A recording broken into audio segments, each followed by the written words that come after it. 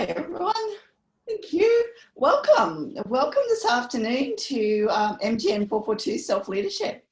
So my name's Amanda Gudmundsson and I'll be your facilitator for this intensive summer unit.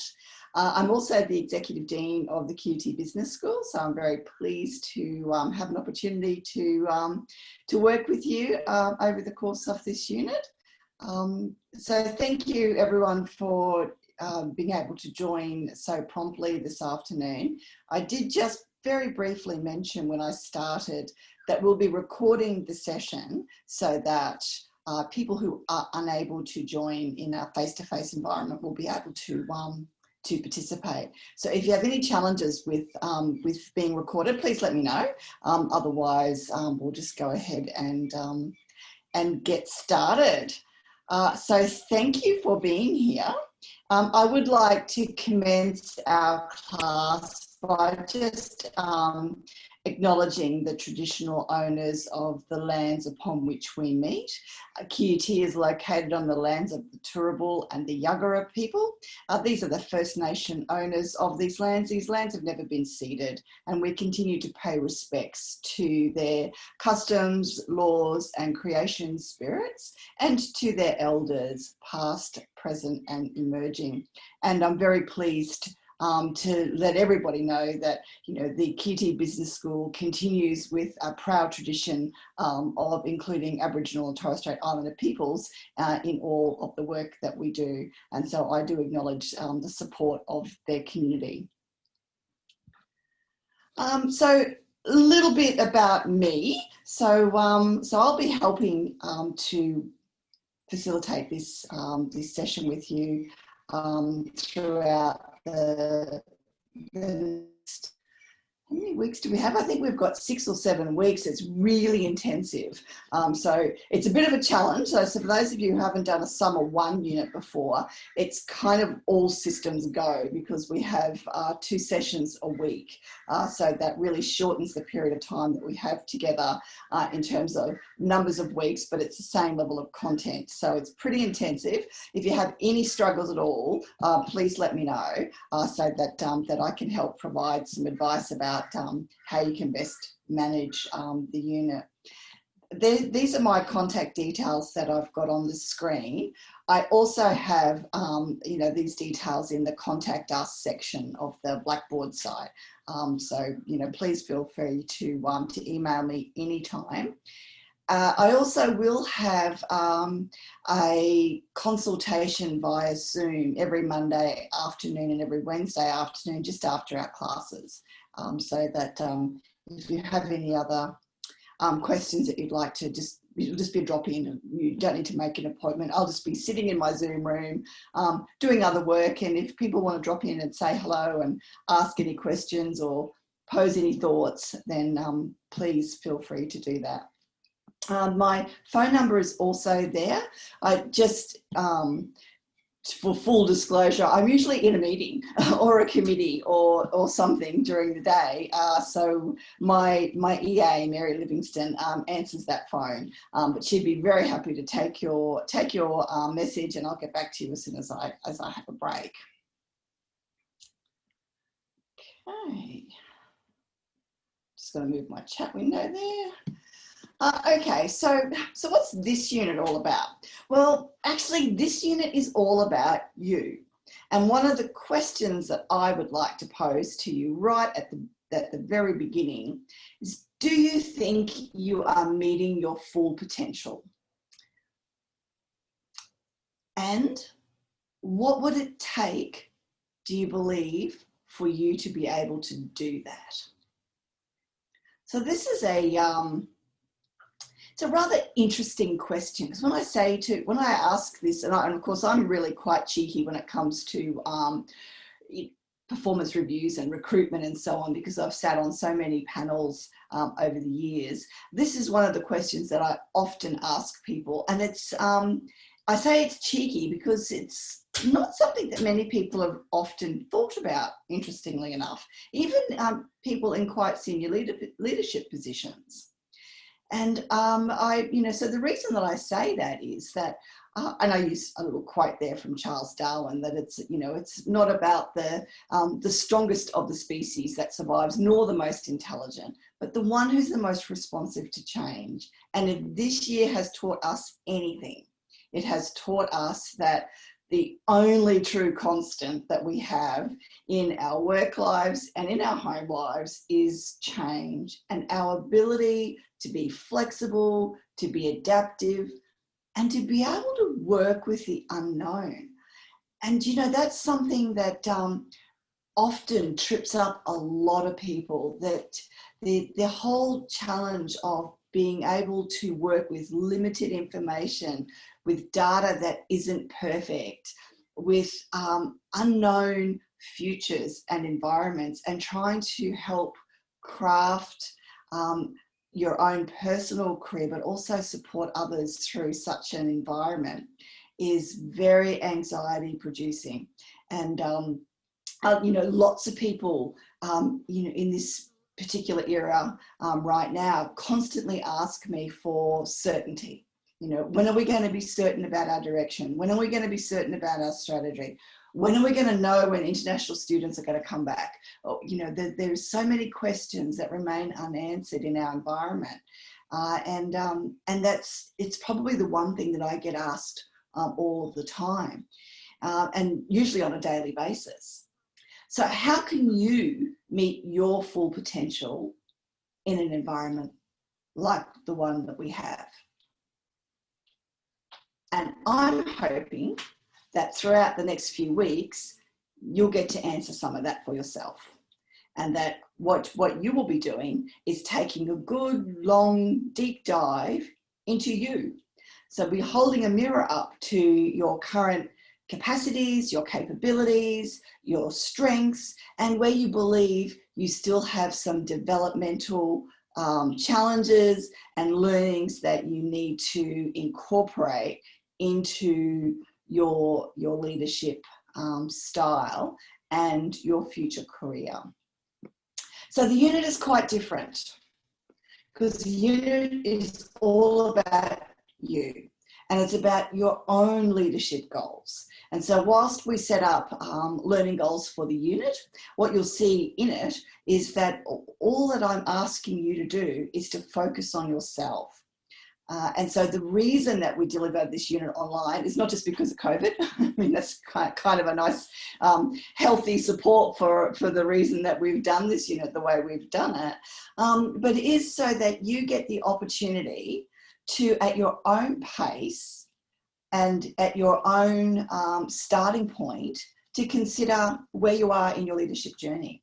And that'll be different for every person who's a part of this unit. We're all on a journey with our own careers, and we're all at very different levels of that.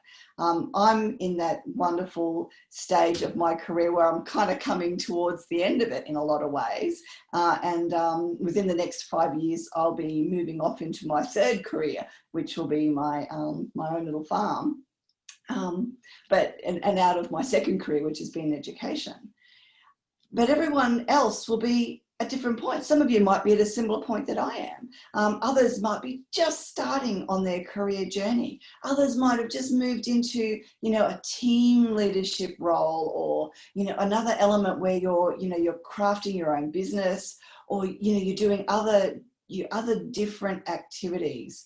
And it's really hard when we're all at different points to sit in one room and say, this is where you need to start, because that won't be the same for everybody. So the whole point of this unit is to try and help you identify where you are, to identify what you would like to do differently and how you would like to be different, and that to help you develop a plan to make that happen. So that's what the unit is all about. Now, that can be really terrifying, and I see that we've had some great discussion on the discussion board already today. Unfortunately, I was in committees all day, so I haven't been able to engage with the discussion just yet, but I hope to really soon. And in some of that discussion, we've already had some of our colleagues suggest that, hey, this is exciting, but also, you know, it's a little bit terrifying because you're kind of putting yourself out there a bit. And, you know, that can be personally quite intimidating. So I'm hoping that I can help you through that.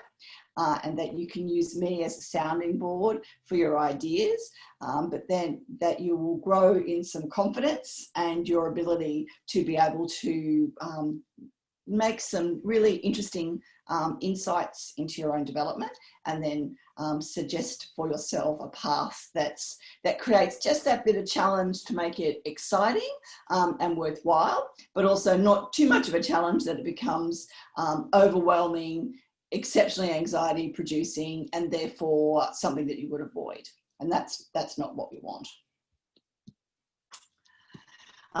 So, you know, why am I suggesting that that self-leadership is a useful thing for you to be able to do?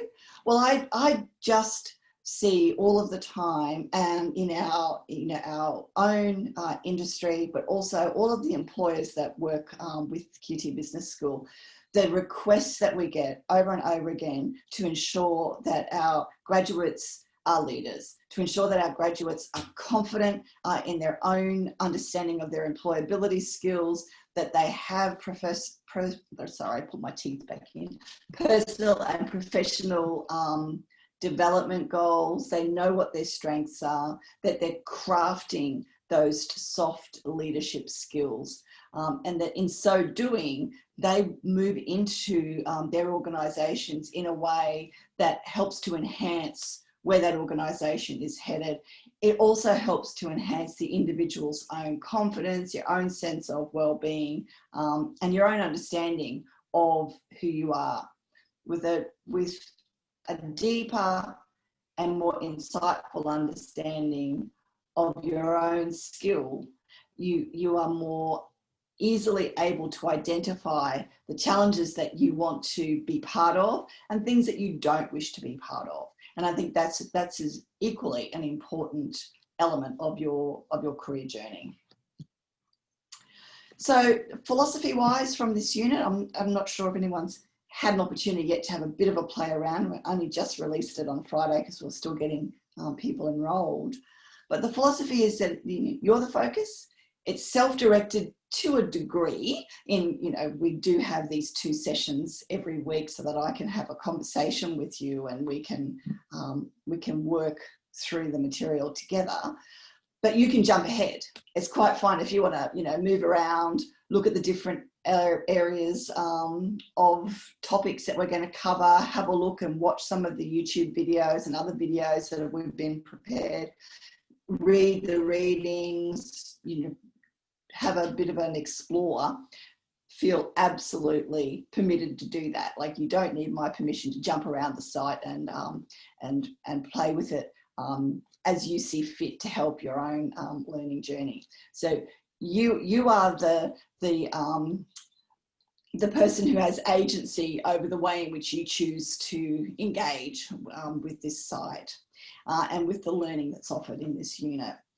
It is online only, so we won't be having any face-to-face classes. We'll have this face-to-computer Zoom session twice a week. There are also opportunities, I really hope, for you to engage in some peer-to-peer activity through the discussion board and also through these sessions as well. And, in other times, people have set up little coffee groups, because one of the challenges that some colleagues have had with working in an online environment is that they kind of miss the 3D. They miss being able to see one another and actually build some networks and relationships. And so in times gone past, people have set up little, gatherings. That's a bit more challenging at the moment, obviously, with the COVID environment. But, I still encourage smaller gatherings if you'd like to do so. I'm more than happy to be a part of that or to facilitate some of that as well. The unit is unashamedly strengths-based. So, and I say unashamedly because one of the things I often see when working with performance reviews and with recruitment selection and other leadership development programs is that the moment we say it's leadership development, people automatically jump to, well, where's the weakness? What are your failures? What do you need to improve? You know, that rather than, well, actually, where are your strengths?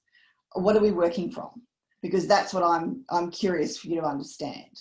You know, where are your strengths in your own soft skills? And what are those soft skills are going to help you to expand into areas that you currently believe you would like in your arsenal of leadership capability.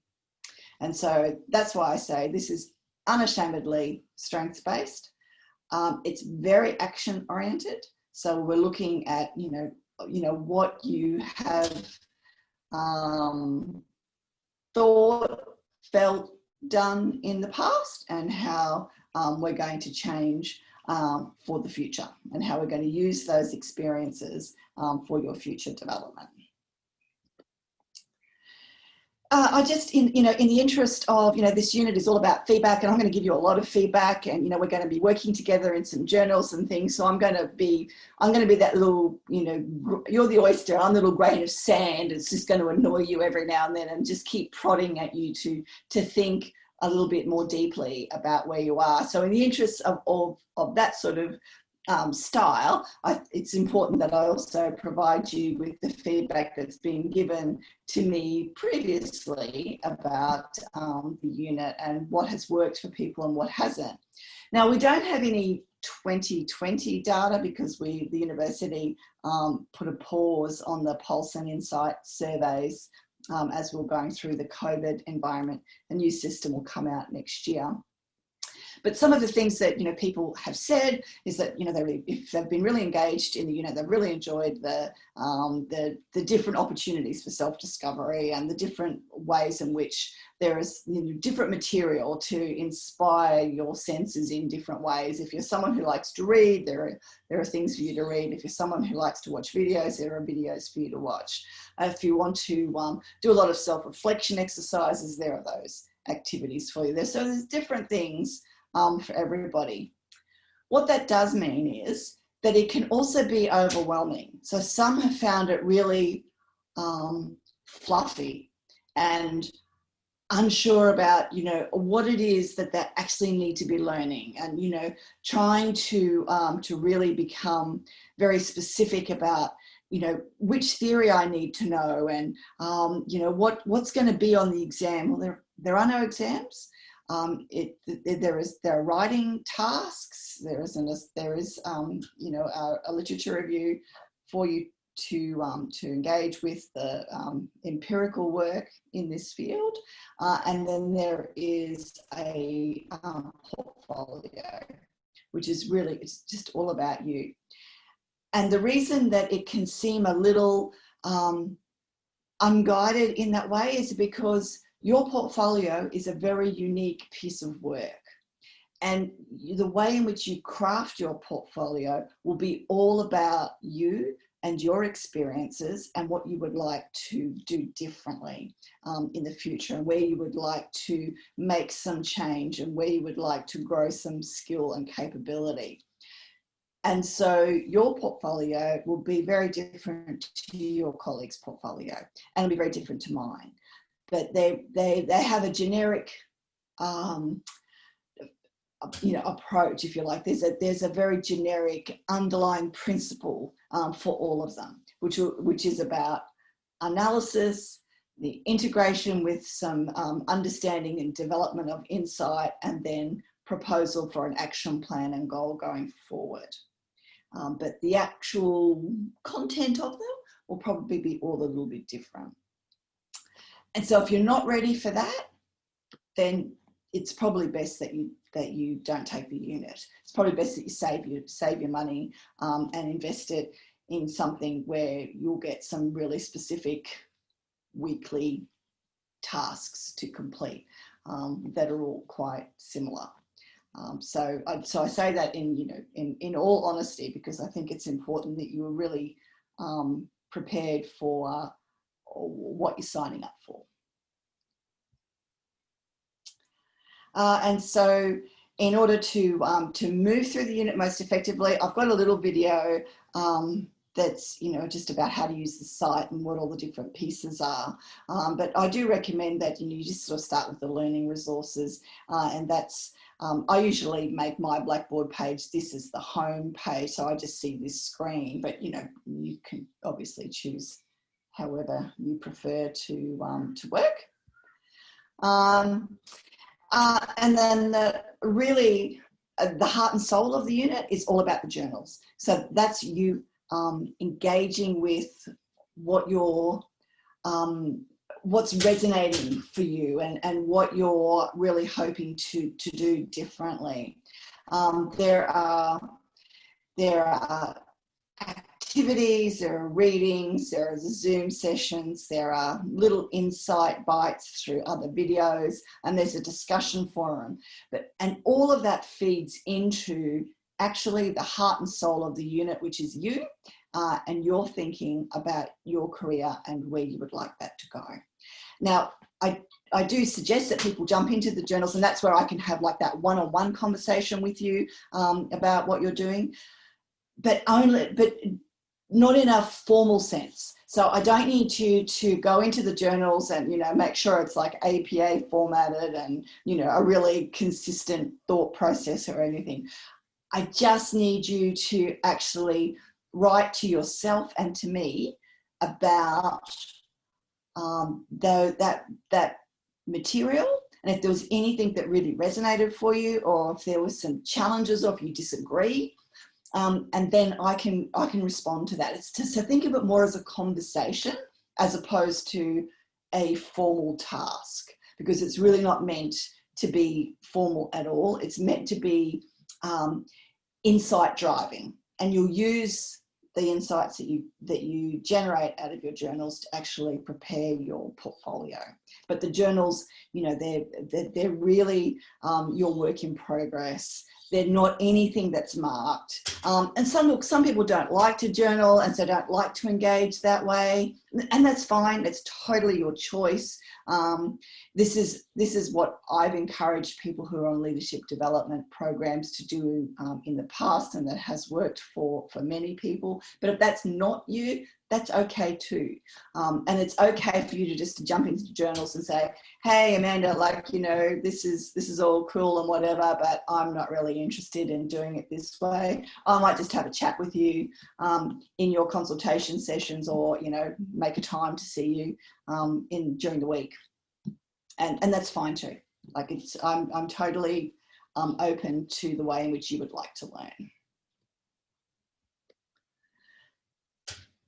The unit, of course, fits into the QT Business School program, so there are assurance of learning outcomes that are required for our program. However, that doesn't mean to say this doesn't also fit very nicely into other master's degrees as well. So we have had students from all over the university work in this unit. It is quite a generic self-leadership unit. So yes, it does have some very specific outcomes that align tightly to business, but that doesn't mean that it doesn't work for other professions. So we're going to try and be quite general in the way in which we consider leadership, and not just business leadership.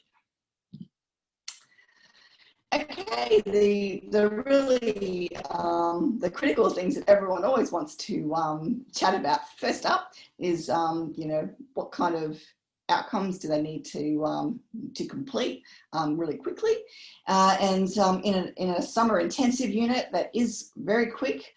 So we do have a literature review report that is due at the end of week 3 on the Sunday, and then the portfolio that's due week 7 which is the beginning of the new year. So mostly all of the work will be done before Christmas, but there's a bit of time over Christmas, I think, for you to finalise a portfolio if you wish. I know when I've taught this in summer 1 previously, a lot of people just use Christmas as the kind of mental deadlines, like I don't want to go past Christmas, and so work really hard to get things finalized before then.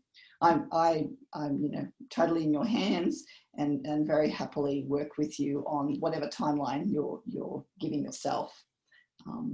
But that's the university's timeline. So if you want to be faster, then that's fine. Being slower means you need some evidence for that, of course, as we still have our assessment policies to maintain. But just let me know if you have any difficulties with those timelines at all. There, just a reminder that, of course, QT has a range of support services for all students, and that's offered through our student success group. There are some links there for them. Don't suspect anyone's going to need any math, science, IT support for this one, but if you have some other career kind of support that you'd like, or support for writing, then please feel free to access these services, completely complimentary for you. But also, I would like you to use me as much as you need in order to support your development through the unit. I've also volunteered us to be an experiment for the university this summer. The university is, as I just mentioned earlier, moving away from the Pulse and Insight surveys as a feedback tool and moving into experimenting with some other systems. One of them is a real-time feedback system that's going to be applied to the Blackboard site. It's not there yet. I'm due to have a meeting on Wednesday about how that's going to work. And then there's going to be a student survey at the end of the semester. So I volunteered your services before asking you, but I hope that some of you will be happy to participate in that. Certainly the university is looking for feedback on the feedback. So it would be great to work with a group that is looking at feedback for themselves, and I think that you would have some really interesting perspectives to add to that. So I thank you in advance for participating in that activity. Now, that was a whole lot about the unit from me, and I, have barely taken a breath, and so I know that's a lot for everybody to try and consolidate. So I'm really keen for anyone who might have any questions or wants to make any comment, or that's thrown up any challenges for them. So if you'd like to chat, just please unmute yourself and start speaking. If you want to use the chat, feel free to, to type a message and then I'll respond.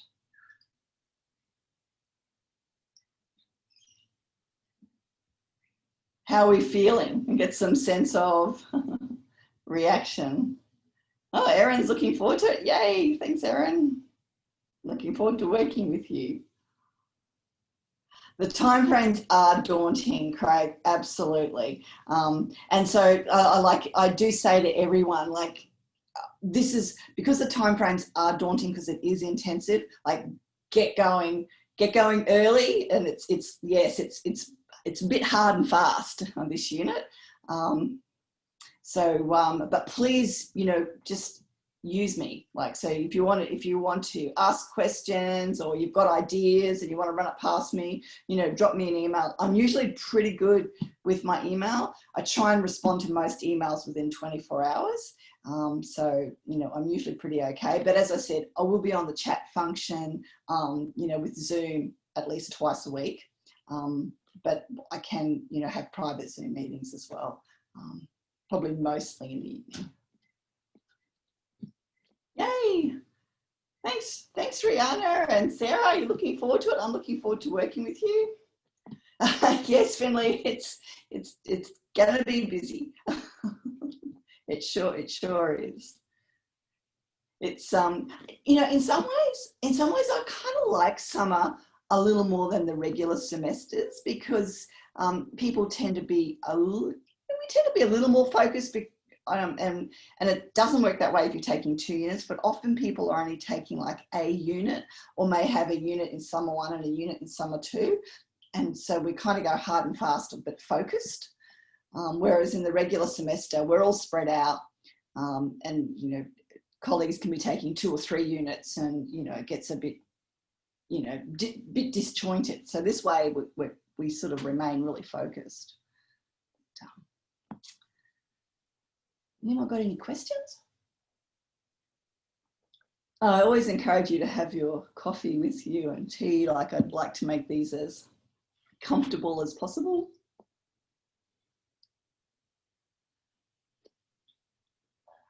I do apologise ahead of time too if any moment now you hear some extreme barking from my dogs. I'm working at home this week, and I have a small farm and 3 working dogs who do love to announce when it's time to feed the horses. So if they do get a bit loud, I will try and close the doors. But at the moment, I've got all the doors open so that you know, I don't swelter. Just a quick question about a little bit more of a clarification about the journal. And so the journaling activity, and you'll probably see this in a bit more clarity once you start to work through the questions that are posed each week. So each week and each session, well, I shouldn't say each week, each session, because we're going to have 2 sessions a week. Each session, I've got a separate area in the Blackboard site where I'm asking you to undertake an activity. So it's either a questionnaire about your leadership style that you need to think about and then reflect upon, or maybe there's a prompt of some sort. Maybe there's a video for you to look at. Maybe there's something for you to read. There's usually something for you to do, and then I just ask you to think about that, and then make some notes about it for yourself. So it's like, what did you learn from it? What surprised you?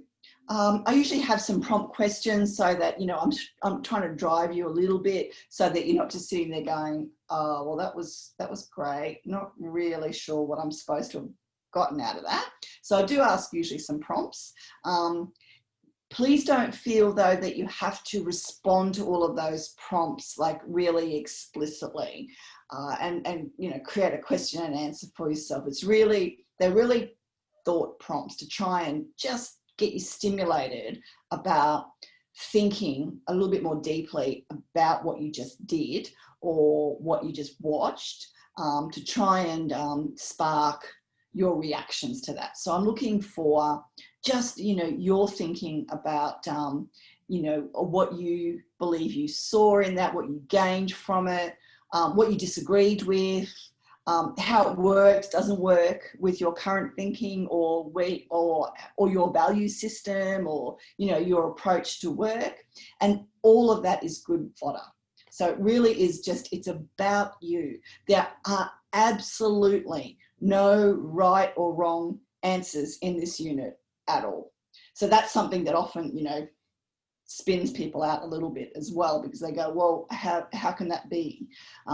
Because there's nothing right or wrong, because this is about you, and it's about what will work for you, what will work in your context, what works for your career, and also what won't work in your context, what won't work for your career. Now, I've run these sorts of sessions with people who are in, you know, very large organisations, small businesses, military units, public sector, private sector. Everything is kind of different. Your context is king, and does help to for you to be able to navigate what's appropriate for you, for your future career. So that's what the journaling is about. It's about you and you thinking about, you know, each of those little tasks. So Hi Amanda, it's Mark. How are you? Fine, thank you. Good. Thanks for clarifying that. I just have one question actually to add on to that, to get a little bit more clarity on the journal. Yeah. So is that all written? Is it right to say that's all written from the first person perspective? So it is actually us talking about me and I and that kind of thing, or the expectation Absolutely. of it is okay? Yeah. Yeah, because it's a conversation between yourself and myself. Nobody else sees these. So your little journal area is completely private. That's just for you, and the only other person who can see it is me. And that's so I can just respond, and I can go, oh, well, that was an interesting perspective. Have you thought about it like this?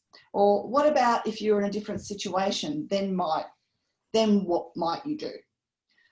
And that way, that just gives you a little bit to think about. So if you like, it's sort of a coaching conversation.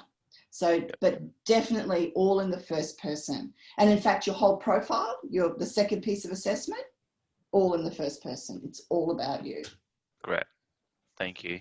Lovely. Great question. Thank you. Thank you. Hi, Amanda. Just on the back of that, you might have already said, I'm just trying to get notes down as quick as you say them. Sorry. But the journal, so are they actually formally assessed, or they're just part of, they're like more like a hurdle? Okay. Yeah, not formally assessed at all. Cool. Really just to help your thinking. That's why I say, please don't spend unnecessary time in journal. I don't want you to, try and make questions bold and APA format and use the referencing. Like, no, I don't need any of that. I just need you to react to. And it's just at our own pace, just as we want to do them then as well. Absolutely. Yeah, cool. Absolutely. All right, thank you. So I will jump in. So I'll just so everyone knows, I will jump in every Monday night and every Wednesday night, just to see where people are at. So if you've got something that you are doing outside of those 2 times and you really like my thoughts on it, just drop me a quick email. Just say, hey, I've just put a journal in here. Could you go in and have a look and give me some feedback? And I'll jump in. But otherwise, I'll definitely be in every Monday and every Wednesday. Another question about the assessment is, do we need to send the title of the assignment to get approved before starting to write? And another one, Craig, saying, is there any, can we choose any areas of the unit to write on? Absolutely, you can write on anything in this unit that stimulates you and you'd like to know more about, and that you want to look at the empirical work, so looking at the scientific evidence for it. You don't need to get my approval for it, but lots of people like to ask about their topic question. So there is a little video, and Craig just said he found the video useful. So thank you for that, Craig. I'm always happy for ideas about what I could do to help make things more sensible for people. So sometimes just getting that question for your lit review, because this is the rather academic side of the unit. Sometimes people just like to get a little bit of feedback on that, just to be confident that you're heading in the right direction. I do know a fair amount of the material and where the research is at. I don't know it all, in minute detail, because you might take a context that I'm not really certain about, but I can certainly give you, my perspective about whether or not you'll find, a lot of material, or whether the question is really something that's answerable in a lit review type of fashion. So yeah, feel free to use me as a sounding board. So absolutely can do that. I obviously can't read drafts because it's that would be unfair for everybody. I'd need to read everyone's draft to do that, and then I might as well mark it at that point. So I can't read drafts, but I can certainly help you with your thinking.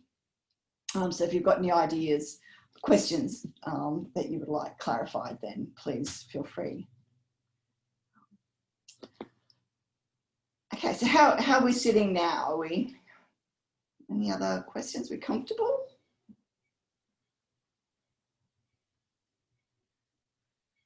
Okay, perfect.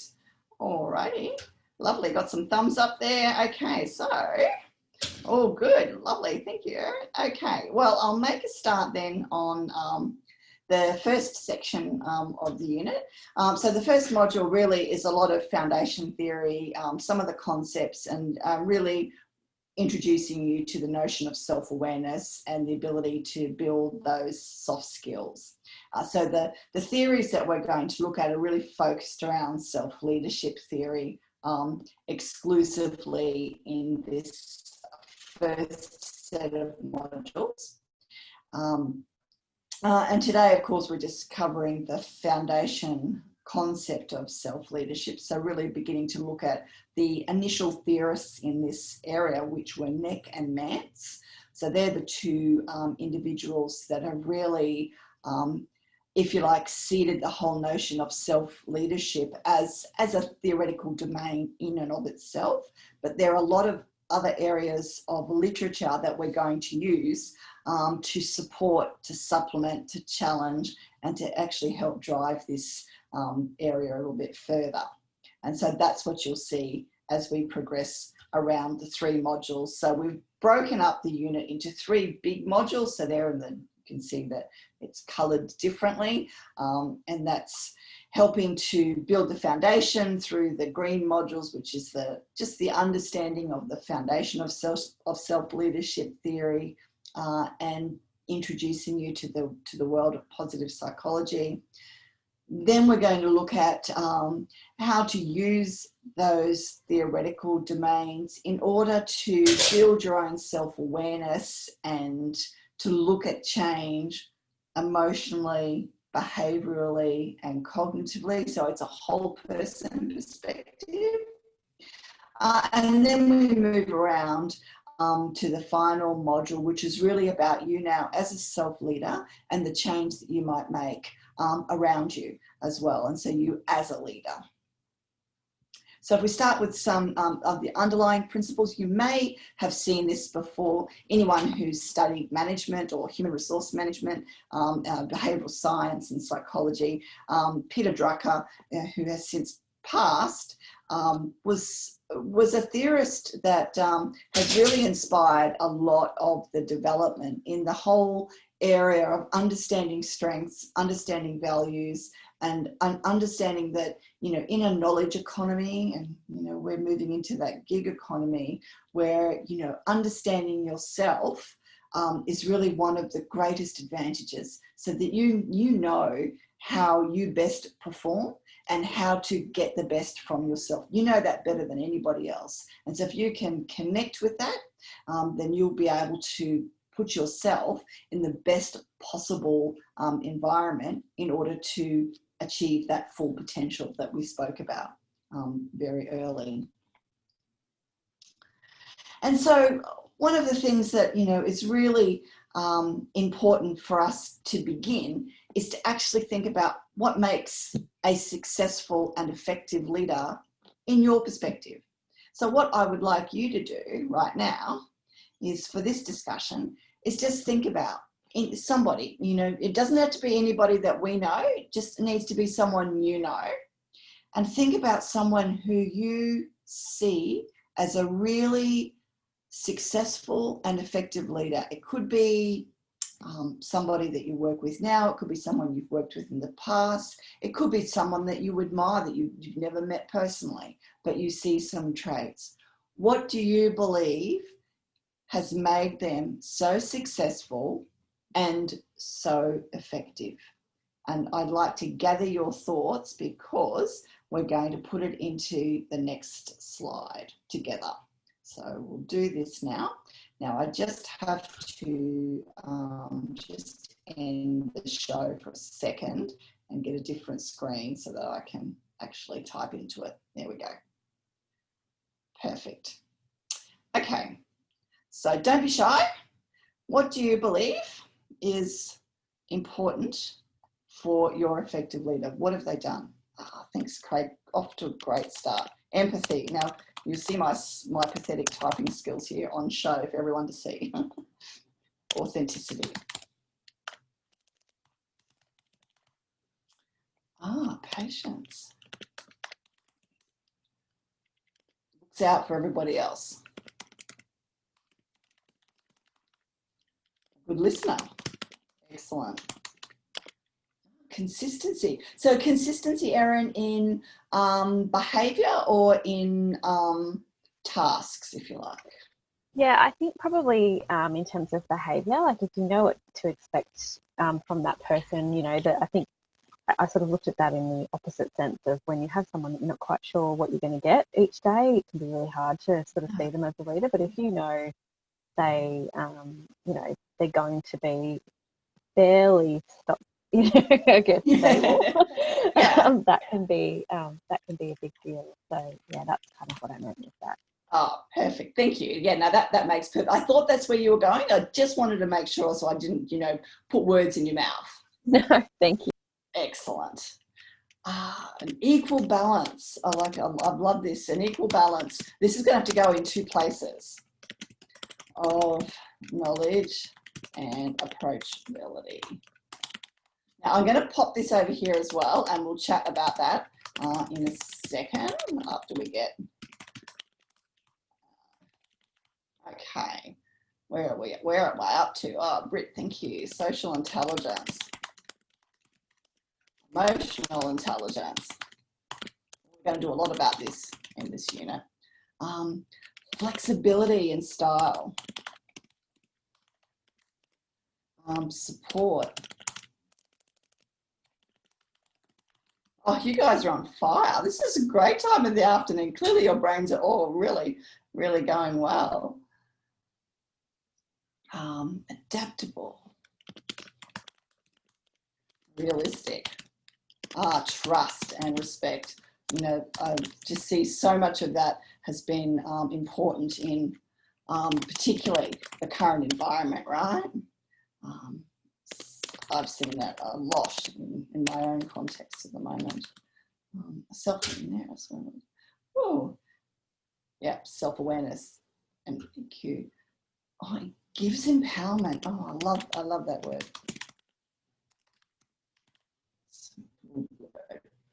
Particularly and oh yes, patience. We've got that one. Yeah, excellent, fantastic. Positive and inspiring. That's amazing. Excellent. Well, we've got an absolutely incredible leader here. What do we notice about these two columns? Oh, interviewing. Oh, I've got more to do. I'm going to split this one up, Serena, and we'll see just why in a second. Oops, oops, oops, what have I done? There we are. Sorry, I moved my mouse in the wrong direction. Resilience, I love it. I'm going to run out of space. Oh, I did it again. There we go. Oh, do you know what? I've run out of space, but I'm going to pop that in there and I'm going to make this a little bit smaller when I go to post it for us. You know, these are all things that we're actually going to be talking about this semester. Keeps improving. Look at that. Rihanna's already jumping onto thinking about what's happening here. The breakup between the skills of the leader and what are their traits. Well, yeah, that's kind of where we're going, Rihanna. That's excellent. What we've got here are the soft skills, and then some of the knowledge-based skills. But if you look at what we remember about somebody, and it's when they make a mistake. Oh, I love it. I love this.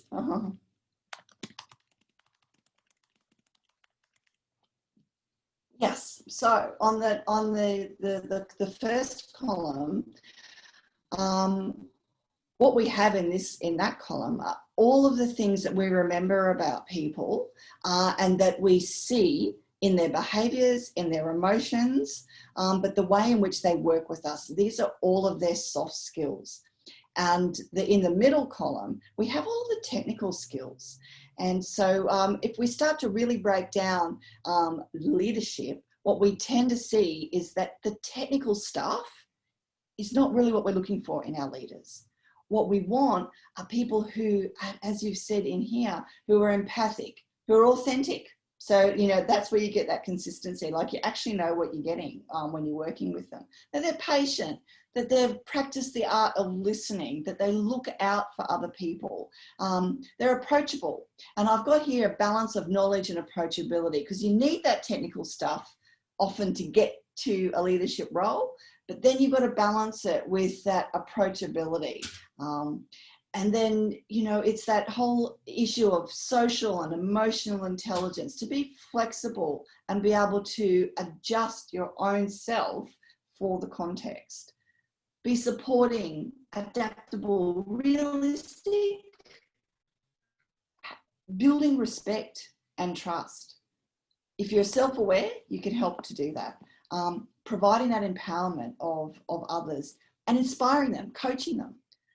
Recognizing your own vulnerability and being resilient in the face of, you know, some quite significant challenges, and having that learning mindset, that growth, wanting to keep improving, admitting when you screw up. I mean, failure is a part of learning. We all learn because of the things that we've gotten wrong in the past. How many of you know when you've done an exam and you walk out and you go, oh, you know what? Now I realize what I got wrong. And I'll never forget it. I can still tell you today that I did an exam on central processing units about 30 years ago, and I couldn't remember what CPU stood for in my exams. The only question I got wrong, mind you, so I was very cranky with myself, but I will never forget it. I think you can send me to my grave and I'll still remember that, because you remember when you've got things wrong, and you learn by mistakes. And people who can admit that they've made a mistake build trust with your team. Like, you can't say to your team members, we're going to fail fast, we're going to fail often, and we're going to keep innovating. You can't say that to people if you don't admit it yourself. You know, we're all learning, and in order to learn, we need to know that, you know, it's okay to make a mistake, provided that we say, hands up, I got that wrong. Okay, let's go back and try another way. Or, you know what, I reacted to that really poorly. You know, my full acknowledgement of that, I'm going to try and do things differently. Like, you know, we make mistakes. It's okay, but it's acknowledging them that's important, to be able to move on. And like, I love the discussion that's going on here. Like, this is really interesting, and it really is about how our sorry, there goes. You know, I mentioned forewarning about the dog. She just ran off. So hopefully she stays down the paddock somewhere. yeah, she's one in particular is very loud, as you can hear. Now they've all joined in. It's a circus now. I might just mute myself for a second while I adjust this and yell at the dog.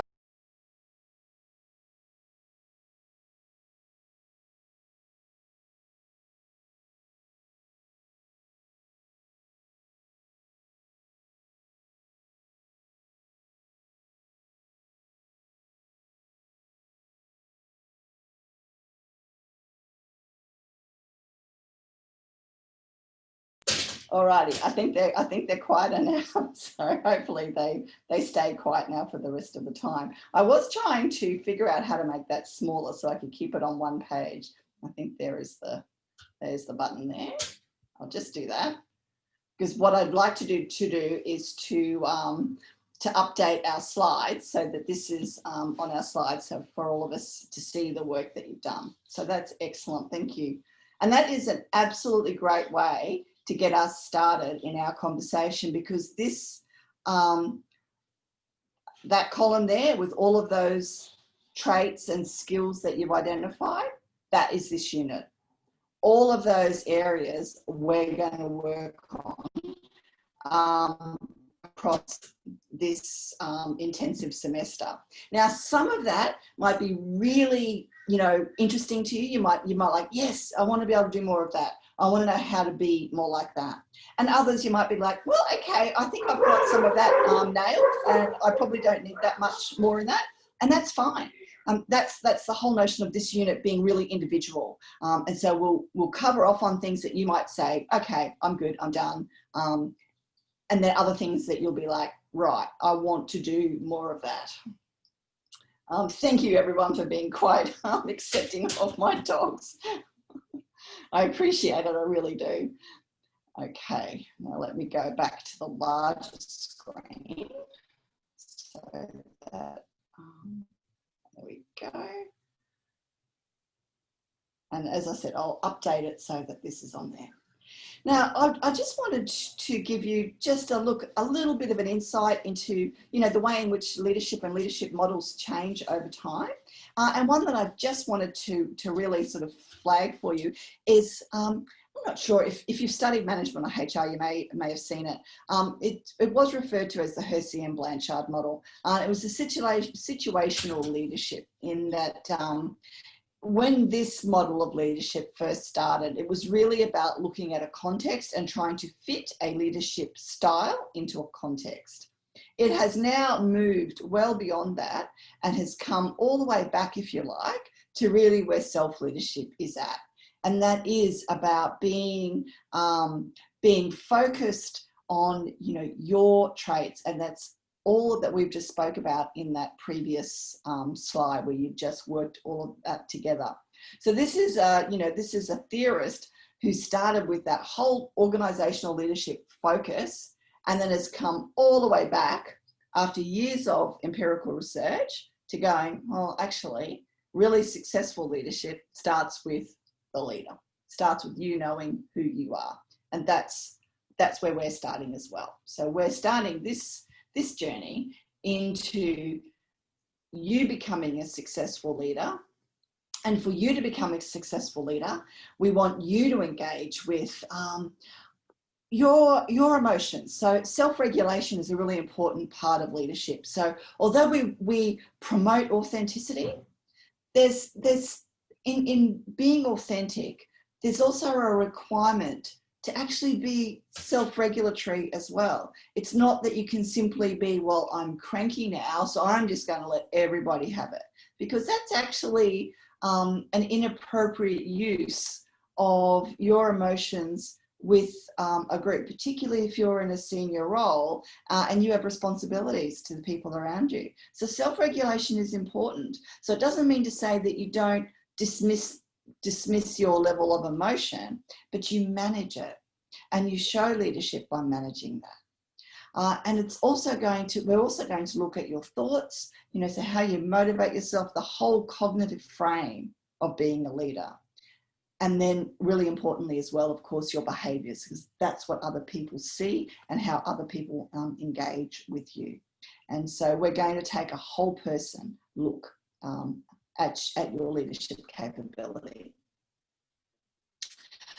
And so if we went to, as I mentioned right from the get-go, that self-leadership as a concept was initially defined and redefined by Neck and Mance. And Mance here offers us a definition for that whole focus of self-leadership being about this comprehensive self-influence perspective that concerns leading oneself towards performance of naturally motivating tasks, as well as managing oneself to do work that must be done, but is not naturally motivating. It's really easy for us to be super engaged in things that we love and things that we enjoy doing. It's very difficult to do things that you really don't want to do. And I use this all the time, but at the moment, it's really a very useful experience and example for this. Now, I really enjoy my role as Executive Dean, and I love the opportunity of helping people learn. That learning is my key character definition. That's my favorite thing to do. I continue to study because I love learning. One of the things that I love to, help people improve their performance. one of the things about my role and about leadership roles that I really despise is when we have to constrict and we have to move through organisational transformation processes and move through redundancies. And we've had to do that really recently, and I hate it. I really do. I loathe being the person that has to tell somebody that their role is no longer a part of our firm. And I'll have to do that. I've had to do that a number of times as a HR professional and, you know, as a professional in higher education. And I really don't like it. So I need to call upon all of my self-leadership skills to be able to create the environment where I can support people empathically in providing them really horrible news and news that I don't want to deliver. And so that's where you know your self-leadership skills are working for you. So when you've got to do things that you know are really important and you must do, but you really would rather not do them, that's a really important mark of a leader. Amanda? Yeah. So I just got Please. a quick question on just it's really interesting you mentioned about that experience that you've got making people redundant. And that, is it possible just to give us maybe a really brief or a quick example of just how you're able to separate that? I mean, I'm guessing the people that you had to do this with are friends maybe, or people that you know well, and how you're able to separate that emotion, or just how is this maybe Absolutely. Look, that's a great question, and it is. You know, look, I've even really recently, the QT is going through a transformation process, and we'll be merging the faculties of business and law next year. And in a part of that merger is that it's the efficiencies. So where you've got two and you now become one, there's efficiencies of scale. And so there are people, where you've had two positions now, have one. Yes, and I've had to make people redundant who I've worked with for 20 plus years, who have become really important people to the running of the business school. And separating out the emotion for me is really about engaging empathically with the individual. So it's not about, to me, I've got to take my emotion out and really focus on the person I'm delivering this bad news to. And they had no idea it was coming. I had no idea it was coming because I get a list the day that I need to do it. This is the way most organisations will work. They'll give you the list and say, right, today is the day. You go through the list. And then you've got to call people in or call them on the phone if they're not on site that day.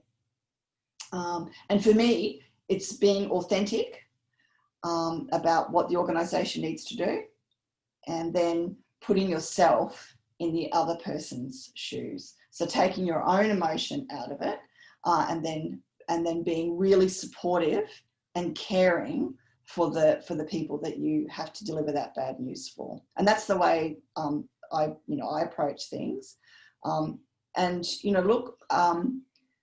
If people are very distressed, if you make someone redundant, what can you expect?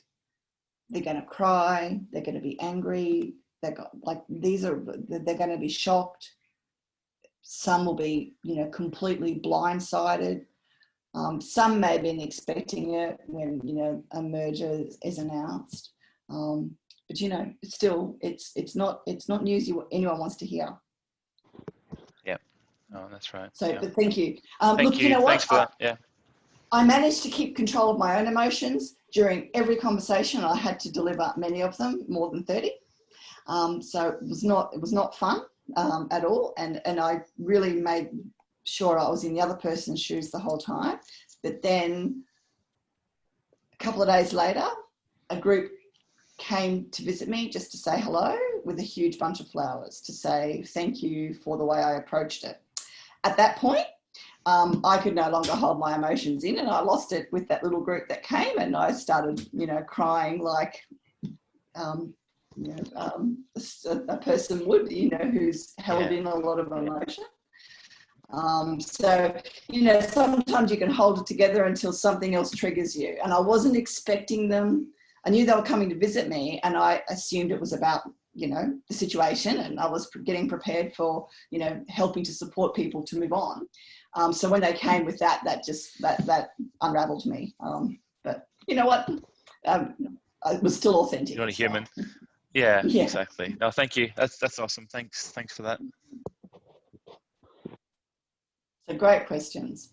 So yeah, so look, in terms of a theoretical perspective, you know, like the self-leadership people put in the really the cognition and the behavior, and what we're really adding here is the extension of that, using the emotion, because, you know, as I said, the example that I gave you is a highly emotive one for me personally and for the people receiving the news. But then also there's the environment. And, you know, that only occurred because of the environment that we're in. And for many decisions that you make as a leader, you make them because of the environment, or you're forced to make them because of the environment. And so it's, you can't take the environment, the context away from anything in terms of your self-leadership approach. So I'd like you to always think about that. So when you're looking at the activities that we work through, yes, think about it in terms, how do you feel? What are you thinking? What are you doing? But also, what is the environment? And if that environment was different, would you think differently? Would you behave differently? Would you feel differently? Sometimes there'll be, no, you wouldn't. But other times it might have a really interesting impact on your leadership approach. Now, in terms of strategies, what we're going to cover, and I just really wanted to sort of give you a bit of an insight into it today, but we're going to get really deep into these strategies when we move into that second module and we break it up between behaviours, emotions and thoughts. And so we're going to get really much more deeper into that, into each separate area, and we're really going to break it down before we build it all back up together. But I wanted to just give you that overview right now to say that we are going to move that way. And so some of these areas you might be quite comfortable with, others might be quite new, and just to give you that level of insight that we're going to move into some areas in a really specific and deep way, and then bring it all back together. One of the more recent areas of research that Neck and Mance have focused on, and this really starts to lead into the extension of their theoretical reasoning. And when they first started, the whole emotional dimension of self-leadership was really kind of absent, and that was really one of the weaknesses of the theoretical perspective. They've added that in now. They've also recognised that in the future trend and the mega trends that we're seeing globally, that responsibility and authenticity, and really taking that, if you like, that higher road for organisations is becoming something that is now being considered not just in environments where they were traditionally considered. So if you think about socially responsive organisations, social enterprises, organisations that are focused on a social and community good, probably have always done this. But if you expand this now into corporates, private enterprises, areas that are have traditionally not focused on that. So take things, for instance, like military, mining, and those sorts of environments. That's now started to become quite a critical area of leadership, and where leaders are now beginning to spend more of their attention.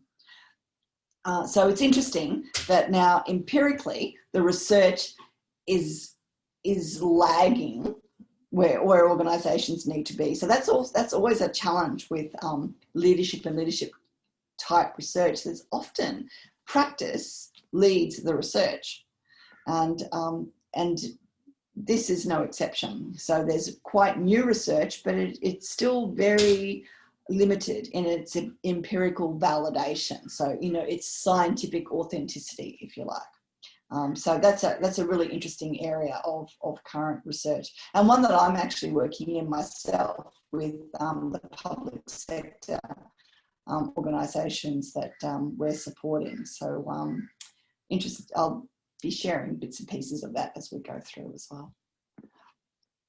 But what we do know from the empirical findings is that if you do focus on yourself and your self-leadership skills and capabilities and improving them, and this includes providing opportunities to learn directly into organisations, so doing training programs and so on. The empirical research has shown that productivity, creativity, satisfaction increases, and then other negative effects like absenteeism, stress, anxiety reduces, and that ultimately that leads to greater success. So it gives us a lot of empirical validation to continue to support these kinds of development opportunities for leaders, and indeed to move that beyond the senior leadership to all members of an organisation's community, because everybody can benefit from this in just leading themselves as a professional. And I think that's a really important consideration, particularly for people like yourselves who are master's graduates, you know, who will be looked upon as a leader in your respective fields, simply because you have a master's qualification. There'll be some expectations that come with that. Okay, so next steps for you. Thank you everyone who's jumped onto the discussion board through Discuss to introduce themselves, and I really encourage you to have a conversation with one another if there's something interesting in there that sparks it. I'm about to jump in and say hello. As I said, I've been in committees most of the day, so I haven't had a chance to have a look just yet.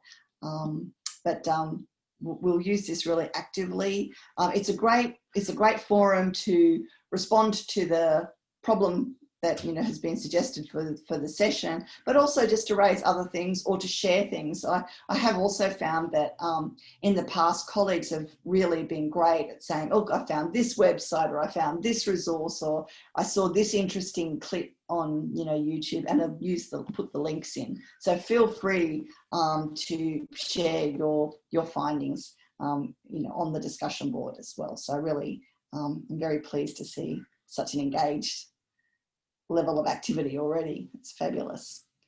And of course, the Blackboard site, please dive around, have a look. If you've got any questions, please feel free to come back to me. And that's just a little quote from Theodore Roosevelt. There's actually, I feel like saying man, no, it should be like, people in the arena. So it's not that it's about man, it's about us as humans. And that, what he's actually saying there is that it is the person who stands up, that gets out and has a go, that's really valuable. That's when we learn a lot about ourselves, and, that it's about recognizing the effort, not saying who's stronger, who's weaker. So fantastic. So welcome everyone. Oh, the TED Talk Vortex. Actually, that is I love TED Talks, and that is my escapism and my way to just avoid things so much. Is like, you can say, oh yes, I'm researching for my unit, so I'm going to get in here, and then you just get carried away with TED Talks. So yes, I do the same with podcasts as well, so I can get lost in them too. Oh, Erin's like, where is Discuss located? Just never used it. I've just got, Discuss is like an app, but we've got it embedded in the Blackboard site, just at the very last section. So if you scroll down each session, there's a last little bit with Discuss in there. You just need to create an account. So you just log in and create an account. Don't pay for anything. Don't sign up for anything. This is just for using for us. It's an easy way to just have a conversation about the session that we're in. Oh, Rihanna would like to know, will each workshop be an hour or two? Usually about an hour. I've probably gone a little bit over time here, but I usually try and just create that hour of conversation for us. We might go a little bit over time, but then I'll always be around. Like, I'll just be sitting here playing in the unit after this and before the consultation session arrives, but that's just so that I can, do those separate journal activities and, have a bit of a conversation with everybody individually.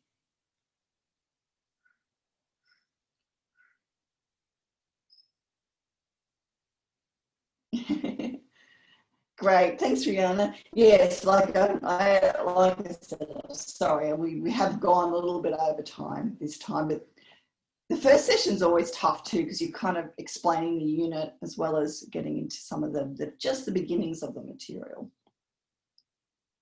Fantastic. So any other questions before we close out the session?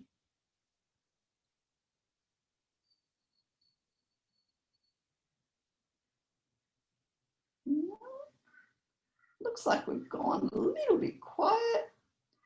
Now, as I said, I'll be jumping into the consultation Zoom in a little while.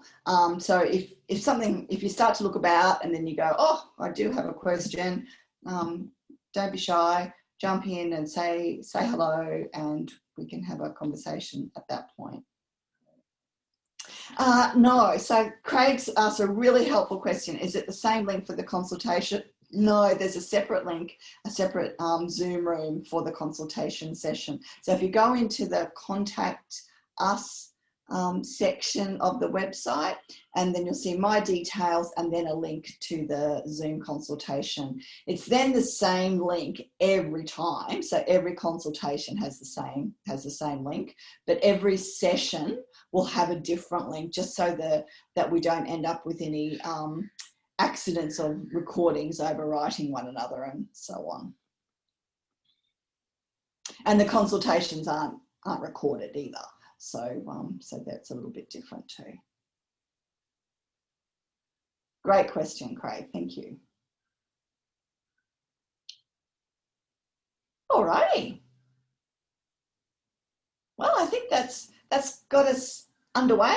I hope you feel a little prepared. I know it's going to be fast and furious, and there's a lot to do in a short space of time. But as I said, please use me for any help that you need at all. I'm only too happy to share. This area is just it's an area of fascination and love that I've had for many years. So I'm only too happy to talk about it and to help you with your own journey. Great, and thank you for your participation. It's been a great start to our unit, and I really encourage you to keep going with that level of engagement. It'll be terrific. Okay, thank you. I'll say bye for now, everyone, and then as I said, I'll be in the consultation session in a little while. If you've got anything further that you'd like to know, please jump in. Otherwise, I'll see you on the website, and then I'll see you in person on Wednesday. Thanks, Lovely Amanda. to meet you all. Thank you. Thank you. Bye. Thank Bye. you. Bye. Have a lovely evening.